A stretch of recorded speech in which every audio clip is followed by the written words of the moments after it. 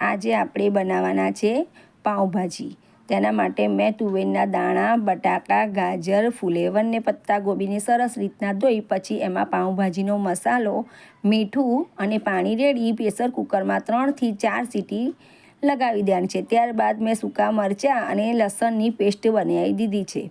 અહીંયા આપણી પાઉંભાજી સરસ બફાઈને તૈયાર થઈ ગઈ છે। તડકા માટે જીરું, લસણ, લીલા મરચાં સાતળી લેવાના છે। ત્યારબાદ આપણે જે લસણ મરચાંની પેસ્ટ બનાવી હતી એ પેસ્ટ એડ કરી, ટામેટાં એડ કરી અને પછી સાતળી લેવાના છે। ત્યારબાદ બેસિક મસાલા લઈ અને સારી રીતના મિક્સ કરી અને ભાજી એમાં એડ કરતી રહેવાનું છે। થોડી થોડી ભાજી એડ કરી મિક્સ કરતું રહેવાનું છે। ત્યારબાદ તમારે જેવી ભાજી જોઈતી હોય ગાળી પતલી એ પ્રમાણે પાણી રેડી તડકા માટે અહીંયા મેં બેસિક મસાલા લીધા છે। બધા મસાલાને તતડાવી અને પછી ભાજીમાં એડ કરી ભાજી તૈયાર છે। અહીંયા તમે મીઠું ચેક કરી નાખી શકો છો। Thank you.